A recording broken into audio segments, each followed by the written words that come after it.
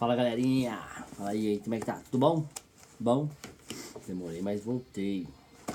Vamos então para a nossa leitura do livro Os 7 Hábitos das Pessoas Altamente Eficazes. Vamos lá, vamos continuar, espero que vocês estejam gostando.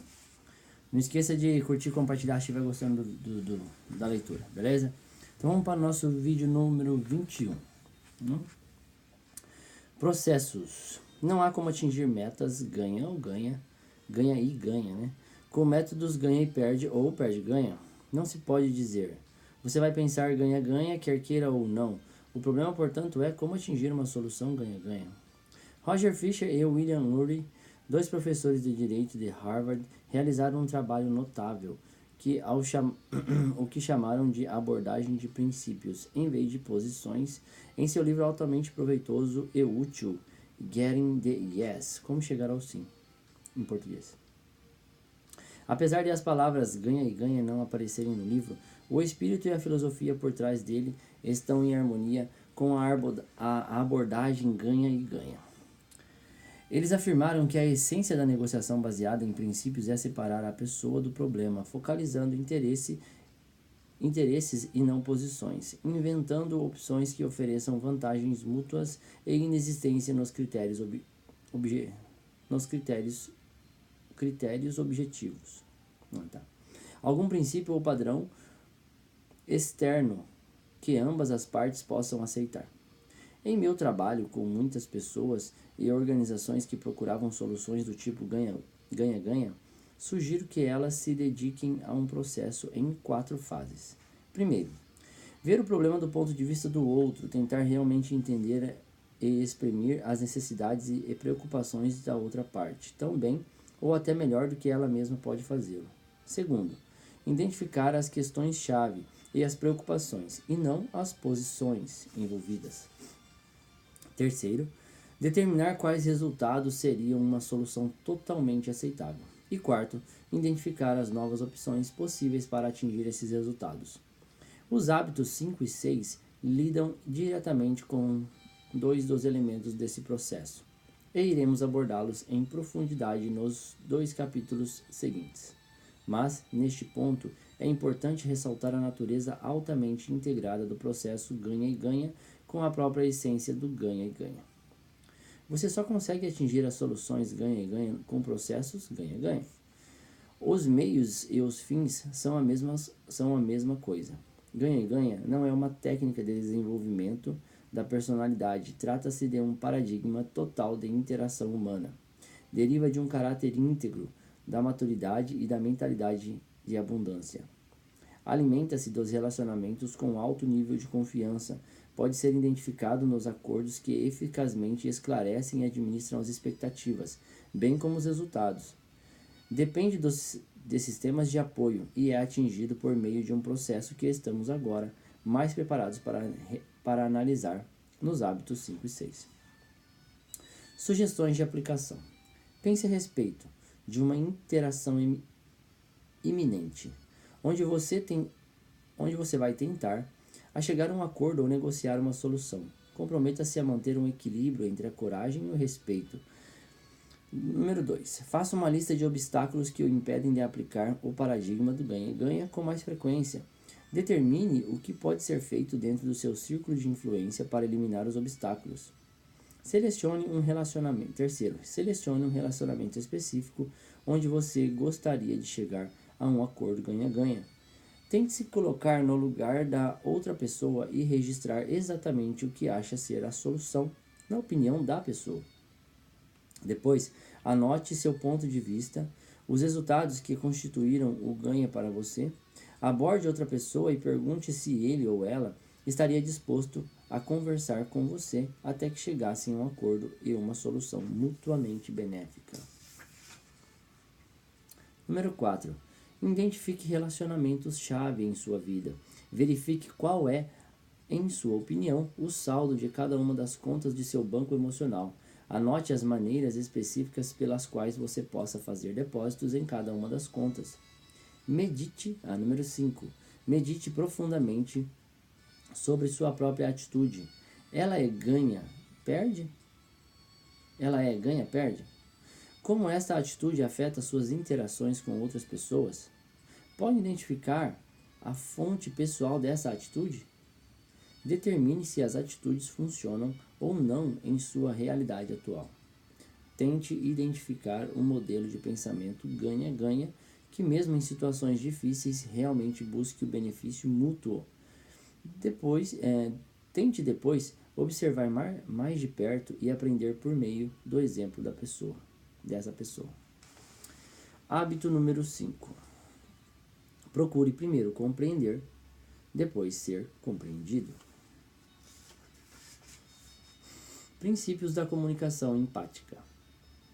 O coração tem razões que a própria razão desconhece. Pascal. Essa é a frase de Pascal. Suponha que você tenha um problema na vista e decida ir a um oculista, oftalmologista, né? Bom, tá escrito oculista aqui, gente, para resolvê-lo. Depois de ouvir rapidamente seus problemas, ele tira os óculos e os entrega a você. Usa estes, ele disse. Tenho estes óculos há 10 anos e eles me ajudaram muito. Tenho outro par em casa, pode ficar com eles. Você os experimenta, mas os óculos só pioram o seu problema. Está horrível, você reclama. Não consigo ver nada. Mas o que há de errado? Pergunta o médico. Para mim estão ótimos. Tente de novo. Estou tentando, você fala, mas vejo tudo embaçado. Qual é o problema com você? Pense positivamente. Está bem. Positivamente não enxergo nada. Amigo, você é ingrato, ele reclama, depois de tudo que eu fiz por você. Quais as chances de voltar ao mesmo oftalmologista quando precisar novamente de uma consulta? Poucas, imagino. Ninguém tem muita confiança em alguém que receita sem fazer um diagnóstico. Quantas vezes diagnosticamos antes de prescrever em termos de comunicação? Vamos lá, querida. Diga como se sente. Sei que é difícil, mas tentarei entender. Ah, não sei, mamãe. Acho que é uma coisa tão estúpida. Claro que não é. Pode se abrir comigo. Querida, ninguém se importa tanto com você quanto eu. Estou muito interessada em seu bem-estar. O que está deixando-a tão infeliz? Sei lá. Vamos, querida, o que é? Bem, para dizer a verdade, eu não gosto mais de ir à escola. O quê? Você retruca incrédula. Como assim? Não gosta mais de ir à escola? Depois de todos os sacrifícios que fizemos para que tivesse uma boa educação? A instrução é a base do seu futuro. Você tem de se esforçar na escola, como sua irmã faz, e vai se sentir melhor. Vai acabar gostando da escola. Já cansei de dizer para você sossegar um pouco. Você é inteligente, mas não se esforça. Tente com mais empenho. Tenha uma atitude positiva. Pausa. Pode continuar. Diga como se sente.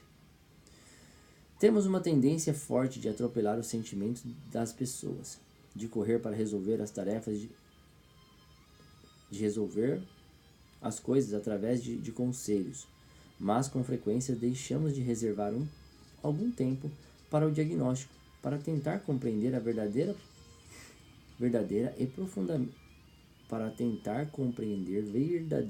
e profundamente o problema.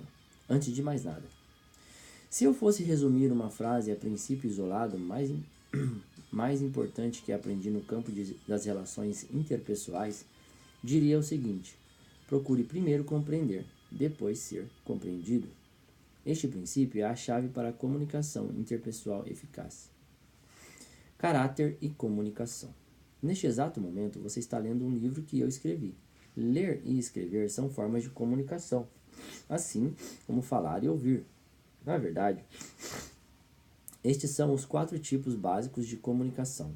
Pense no número de horas que você dedica a pelo menos um destes tipos. A habilidade para fazer isso é absolutamente crítica para a sua eficácia. A comunicação é a habilidade mais importante na vida. Passamos a maior parte de nossas horas de vigília nos comunicando. Mas leve em consideração o seguinte: você passou anos aprendendo a ler e escrever, anos aprendendo a falar. Mas e quanto a escutar? Qual foi o treino ou a instrução que lhe permite ouvir, de modo que possa compreender real e profundamente outro ser humano. A partir do quadro de referências desse indivíduo, comparativamente, poucas pessoas têm um treinamento para ouvir o que quer que seja.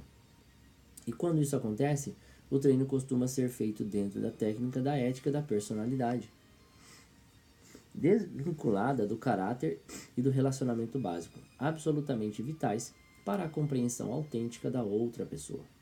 Se você deseja interagir eficazmente comigo, influenciar meus pensamentos ou os pensamentos de sua esposa, de seu filho, seu vizinho, seu chefe, seu colega, seu amigo, primeiro precisa compreender. E isso não pode ser feito unicamente com base na técnica. Se eu perceber que você está usando alguma técnica, noto que existe ambiguidade, manipulação. Desconfio dos motivos que o levam a fazer isso. E não me sinto suficientemente seguro para abrir meu coração a você. A verdadeira chave para a influência em relação a mim é o exemplo, sua conduta real. Seu exemplo flui naturalmente do seu caráter, ou do tipo de pessoa que realmente é, e não do que os outros dizem a seu respeito, ou do que gostaria que eu pensasse. Isso é evidente pelo modo como eu o percebo de fato. Seu caráter se irradia, comunica-se constantemente. A partir dele, a longo prazo, eu passo instintivamente a confiar ou desconfiar de você e de suas tentativas de se aproximar de mim. Se sua vida tem altos e baixos, se você é às vezes gentil, em outras mordaz, e acima de tudo, se o seu desempenho pessoal não combina com sua atuação pública, fica muito difícil para mim abrir meu coração. Neste caso, por mais que eu queira, precise, mesmo do seu amor e companheirismo, não me sinto seguro o suficiente para expor minhas opiniões e meus sentimentos mais profundos e revelar as experiências por que passei. Quem sabe o que pode acontecer depois? Mas, a não ser que eu me abra com você, a não ser que eu que compreenda a minha pessoa e a situação específica e os sentimentos únicos que abrigo, jamais saberá como me aconselhar e ajudar. Pode dizer coisas boas e gentis, mas elas não servirão para mim. Você pode dizer que gosta de mim e se importa com meu bem-estar. Eu quero desesperadamente acreditar nisso, mas como gostar de mim, se nem sequer me entende? A única coisa que tenho são suas palavras e não confio nas palavras. Estou com muita raiva na defensiva. Quem sabe sentindo culpa e medo, para ser influenciado, mesmo que no fundo saiba que preciso dos seus conselhos. A não ser que você seja influenciado pelo fato de eu ser uma pessoa única, não serei influenciado por seus conselhos. Então, se você deseja realmente ser eficaz no hábito da comunicação interpessoal, não pode tentar fazer isso contando somente com a técnica. Precisa desenvolver a capacidade de ouvir empaticamente, com base em um caráter que inspire verdade e disponibilidade. E você precisa abrir uma conta bancária emocional que crie um intercâmbio entre os corações. Ouvir com empatia. Procure primeiro compreender. Implica uma mudança profunda no paradigma. Tipicamente procuramos primeiro o que nos compreendam. A maioria das pessoas não consegue escutar com a intenção de compreender. Elas ouvem com a intenção de responder. Elas estão sempre falando ou se preparando para falar. Elas filtram tudo através de seus próprios paradigmas, leem sua autobiografia na vida das outras pessoas. Sei exatamente como se sente. Já passei por isso também. Vou contar o que aconteceu comigo. Elas estão constantemente projetando suas expectativas interiores no comportamento dos outros.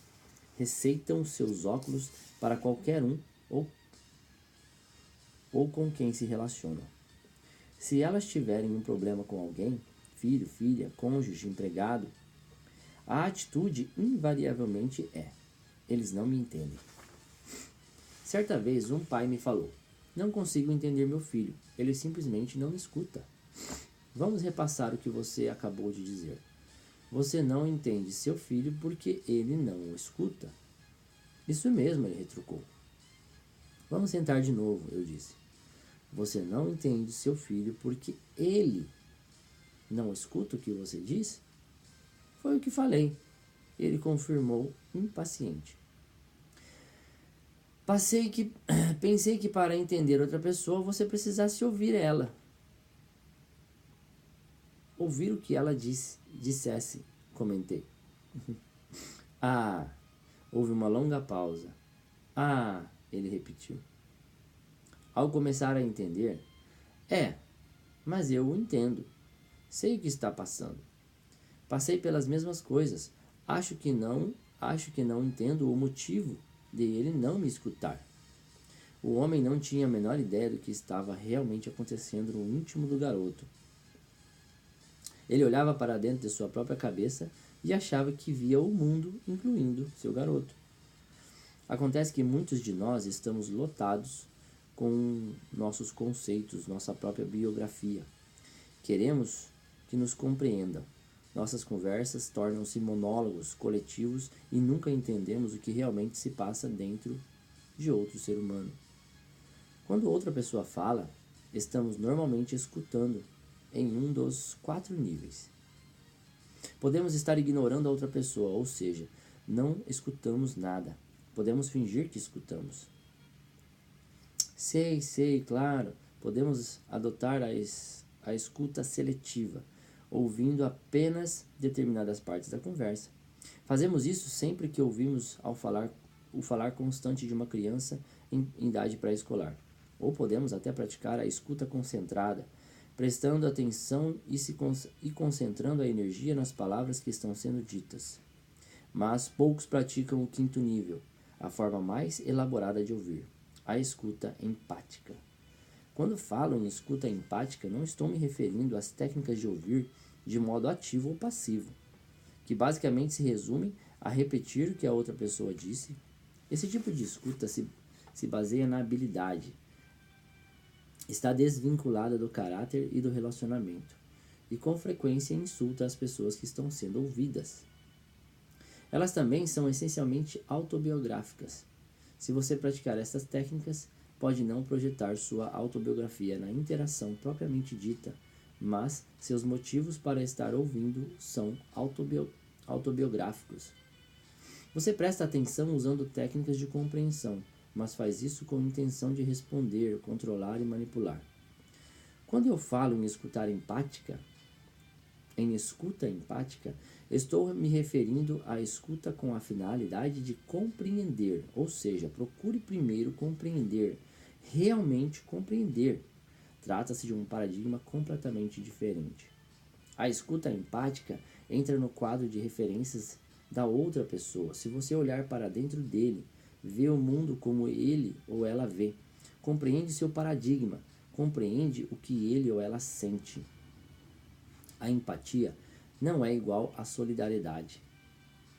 Esta é um modo de concordar, uma forma de julgamento, por vezes é a emoção a resposta mais apropriada. As pessoas frequentemente dependem da solidariedade, tornam-se dependentes dela.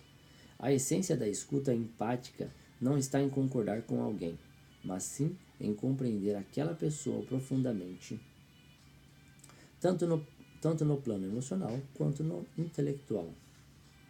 A escuta empática significa muito mais do que registrar, repetir ou mesmo entender as palavras que estão sendo ditas. Os especialistas em comunicação calculam, na verdade, que apenas 10% de nossa comunicação são representados pelas palavras que emitimos. Cerca de 30% são representados pelos sons e 60% pela linguagem corporal. Na escuta empática, você escuta com os ouvidos, mas também, o mais importante, ouve com os olhos e o coração. Não ouve procurando entender o significado, o sentimento. Ouve para descobrir o comportamento, usa o cérebro direito, assim como o esquerdo. Você sente, intui e percebe. A escuta empática é poderosa porque lhe dá informações precisas para trabalhar, em vez de projetar sua própria autobiografia e presumir pensamentos, sentimentos, motivos e interpretações. Você lida com a realidade interna da outra pessoa. O que está no coração e na mente dela. Ouve para compreender, concentra-se em receber a comunicação mais profunda do outro ser humano. Além disso, a escuta empática é a chave para se fazerem depósitos na conta bancária emocional, porque nada do que você faz é um depósito, a não ser que a outra pessoa o perceba como tal. Você pode se matar de trabalhar para fazer um depósito apenas para transformá-lo em uma retirada quando outra pessoa considera seus esforços manipulativos e intimidatórios, em causa própria ou condescendentes, porque você não entende o que realmente interessa para ela. A escuta empática é e por si só um imenso depósito na conta bancária emocional. É profundamente terapêutica e positiva, porque dá à pessoa um ar psicológico. Se todo o ar fosse repetidamente sugado para fora do local onde está agora, o que aconteceria com seu interesse por este livro? Você não ligaria mais para ele, não daria mais a mínima para nada, a não ser para conseguir respirar. Sobreviver seria a única motivação. Mas agora que você tem ar, isso não o motiva. Esta é uma das grandes descobertas no campo da motivação humana. Necessidades satisfeitas não motivam. Apenas as necessidades insatisfeitas motivam as pessoas. Depois de sobrevivência física, a maior necessidade humana é a sobrevivência psicológica, ser compreendido, se afirmar, receber incentivo, ser amado. Quando você ouve com empatia o que outra pessoa tem a dizer, está dando ar psicológico àquela pessoa. E depois que essa necessidade vital é satisfeita, você pode se concentrar na solução dos problemas e nos conselhos que te dão ar. Os conselhos que tem a dar. A necessidade de ar psicológico causa um grande impacto nas comunicações em todas as áreas da vida. Expliquei este conceito em um seminário que estava dando em Chicago faz algum tempo. E instruí os participantes a praticar a escuta empática naquela noite. Na manhã seguinte, um homem veio falar comigo quase explodindo de alegria. Sabe o que aconteceu na noite passada? Ele disse. Estava tentando fechar uma transação imobiliária empresarial enquanto estava aqui em Chicago. Tive uma reunião com os interessados, seus advogados e um outro corretor imobiliário que havia feito uma proposta alternativa. Tive a impressão de que iria perder o negócio. Estava trabalhando nisso havia 6 meses, e literalmente tinha apostado todas as fichas nessa transação. Todas mesmo. Entrei em pânico, fiz tudo o que pude, recorri a todos os argumentos, usei todas as técnicas de vendas que conhecia. A única coisa que eu poderia fazer era dizer, não podemos, pelo menos, adiar esta decisão por mais algum tempo? Entretanto, o momento era tão propício e eles estavam muito impacientes, pois o processo fora longo demais, que era óbvia a intenção de fechar o negócio ali, naquela hora. Sendo assim, eu disse a mim mesmo, bom, por que não tentar? Por que não praticar o que aprendi hoje e procurar primeiro compreender e depois ser compreendido? Não tenho mais nada a perder mesmo. Então, disse para o sujeito, deixe-me ver se realmente entendi qual é a sua posição e quais são suas restrições reais às recomendações que fiz. Quando achar que eu entendi direito, falaremos sobre sua relevância que minha proposta possa ter ou não. Tentei de verdade me colocar na pele dele. Tentei verbalizar suas preocupações e necessidades, e ele começou a se abrir. Quanto mais eu anotava e exprimia os pontos que o preocupavam e os resultados que estava prevendo, mais ele relaxava. Finalmente, no meio de nossa conversa, ele se levantou, foi até o telefone e ligou para a esposa. Falou um pouco e, pondo a mão sobre o bocal, disse para mim, negócio fechado. Fiquei totalmente apalermado. O homem que participava do seminário me disse, ainda estou meio bobo esta manhã. Ele havia feito um depósito imenso na conta bancária emocional. Ele havia feito um depósito imenso na conta bancária emocional a dar ao outro sujeito o ar psicológico necessário. Na hora da decisão, se as outras coisas têm um peso relativo igual, a dinâmica humana é mais importante do que as dimensões técnicas em uma negociação. É difícil procurar primeiro compreender, diagnosticar antes de receitar. Muito mais fácil é dar logo um par de óculos que servirão tão bem a você durante esses anos todos para outra pessoa, para a pessoa que necessita. Mas, a longo prazo, essa atitude prejudica seriamente tanto a P quanto a CP. Não se pode atingir o máximo de produção interdependente a partir de uma compreensão inadequada da postura de outras pessoas. E não se pode ter uma CP interpessoal, uma conta bancária emocional alta, se as pessoas com quem se relacionam não acreditam que estejam sendo compreendidas. A escuta empática também é perigosa. Ouvir em profundidade exige um bocado de segurança, porque você se abre às influências, torna-se vulnerável. É um paradoxo, de certo modo, porque você precisa se dispor a ser influenciado para poder influenciar. Isso significa que você deve realmente entender. É por isso que os hábitos 1, 2 e 3 são tão básicos. Eles lhe dão um centro imutável, o centro dos princípios, com o qual você pode lidar com sua vulnerabilidade exterior com paz e força. Diagnostique antes de prescrever. Apesar de ser arriscado e difícil procurar primeiro compreender ou diagnosticar antes de prescrever algo, é um princípio correto que se manifesta em muitas áreas da vida. É a marca registrada de todos os profissionais de verdade. Trata-se de uma atitude fundamental para o oculista, para o médico de verdade. Você não terá confiança no tratamento recomendado por seu médico, a não ser que confie no diagnóstico.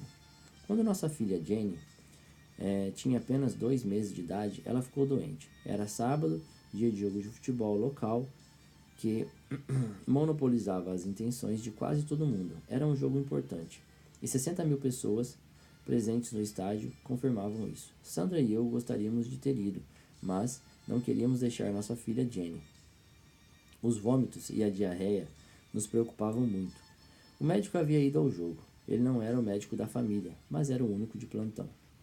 Quando a condição de Jenny piorou, resolvemos pedir ajuda a ele. Sandra ligou para o estádio e pediu que o chamassem. Era um momento muito importante do jogo, e sentimos o tom impaciente de sua voz. Sim, ele disse brusco. O que é?